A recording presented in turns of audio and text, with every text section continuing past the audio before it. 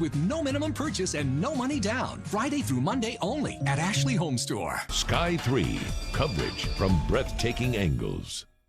Okay, it is President's Day after all, so we thought it fitting to talk a little politics this morning. Not what you're thinking about. Democrats and Republicans alike can share a room for the next several minutes because we're going to give you a history lesson this morning, courtesy of our good friend Linda Mines, who of course is the Hamilton County historian. Good to see you. Oh, it's so good to see you. It's President's Day. Look at this. Red, white, blue. You are dressed for the occasion. So, you know, politics has kind of become a four-letter word these days, right? I guess for a long time it has been. But the truth is you can learn a lot when you talk political history. So you're going to educate us a little this morning. Well, and I think it's always fun on President's Day to talk about some of the presidents. You know, originally we celebrated Abraham Lincoln's birthday on February the 12th and George Washington's on February the 22nd. And then I think there came to be a realization that maybe we should celebrate all presidents. It's not an easy life. And so now we celebrate President's Day. Today I thought we'd take a look maybe backwards because you need a little bit of perspective to talk history. So let's go back 100 years and then we'll hop up and go back 75 years. And okay, so the 100 years begins us with Woodrow Wilson. And I have my grandfather was born in the late 1800s. So yes. I remember some family conversations that Woodrow Wilson himself was a bit of a contentious president for some people, right? Well, he was. He was sort of hard-headed and stubborn. He was born, and it's interesting because I think most people think about him having been president of Princeton University. He was a scholar. He had been governor of New Jersey, but he was actually born in Virginia and raised in Georgia. So he sort of straddled the line and had some difficulties during his presidency because he was idealistic and unwilling at times to compromise. You know, he's president during World War I, and that's what we tend to remember him for.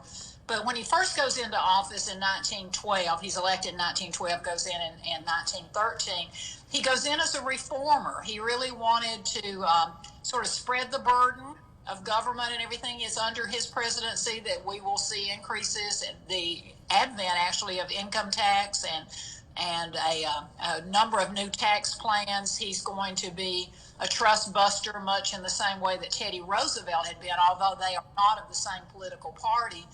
But I think most people remember him for his attempts to keep the United States out of World War I, out of the Great War, and his final frustration because he felt we were being drawn into the war because of German aggression, the Zimmerman telegram, you know, all sorts of things that occurred during that time period. So he's the president that mobilizes us for the Great War. And yet, Linda, that's interesting.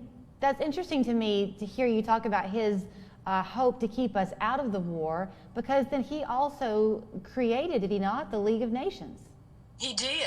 And, you know, and it's funny because that's one of the things that I always look at when I talk about Wilson. You know, he goes off to the Treaty of Versailles, and it's the big four. It's David Lloyd George from England and the Premier of France, Clemenceau, and then Orlando from Italy, and Wilson. And Wilson is the only one of the big four there for the negotiations, which included all allied nations, who didn't want any money. He wasn't interested in reparations. He wasn't interested in any land gain for the United States. His whole thing was he wanted the freedom of the seas for everyone. He wanted there to be an international tribunal that nations could go to settle their disputes. And he wanted each group of people, each nation of people, not country, but nation of people, to be able to determine for themselves their future.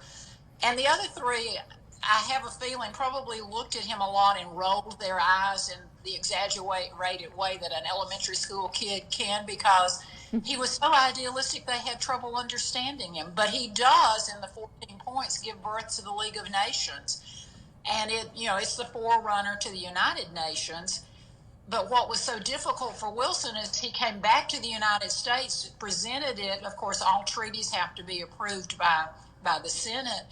And the U.S. Senate did not approve the Treaty of Versailles. It did not approve the League of Nations, and we will not join until much later. So, for Wilson, it was a stunning blow. And many people think it contributed to the eventual stroke that he had. His last year in office, he was somewhat incapacitated. We We know now more how incapacitated he was than we did at that point because the press was very protective of presidents. Interesting. Interesting, right? Okay, so let's juxtapose from Woodrow Wilson then to Harry Truman in World War II, but I want to segue it this way. You mentioned at the Treaty of Versailles, I gather, that it was Wilson who wasn't interested in the land grab. The other three Allied nations were. I often was taught that what led to Hitler's rise to power and ultimately the war of World War II was the complete impositions put on Germany from the Treaty of Versailles.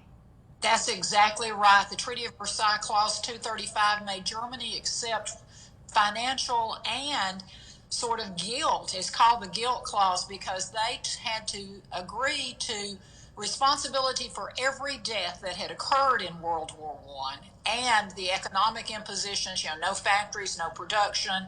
The land was taken from them, the Saar Valley along the Rhine River, all those sorts of things. I think one of the things that maybe Truman learned from history, as he will be involved at Potsdam as we look at the end of World War II, is that there is a better way to deal with nations over whom you have been victorious, and maybe rubbing their face in the mud isn't the right thing to do for generations. Okay, am I right that Truman, though, was pretty protective of his family? Isn't there a famous daughter of a reporter criticizing his daughter playing the piano or something? There was, and someone was critical of Margaret for playing the piano and made a quip about the fact that she didn't have a tremendous amount of talent, and President Truman ate him alive, as we would say in the South. He did not want that. And, I think it goes back to, and I love the Truman love story. Truman fell in love with Bess Wallace. I think the first time he ever saw her, if you go back and look at some of his love letters, he absolutely adored her, but they dated forever. I mean, years and years and years and years, because her father didn't think that Truman had very much potential, wouldn't be a good husband or a good provider. Truman had it took Truman a while to find out what he was good at. Once he sort of determined his path, he was a judge, he was a U.S. senator. But, in those early days, he wasn't certain what he wanted to do with his life. And Bess Wallace's father thought he was sort of a ne'er-do-well. And, I've often laughed and said, that famous picture of Truman holding up the newspaper that says Dewey wins, when in fact Truman had won the election, I would have probably been holding the newspaper saying, "Take that, Dad." Okay.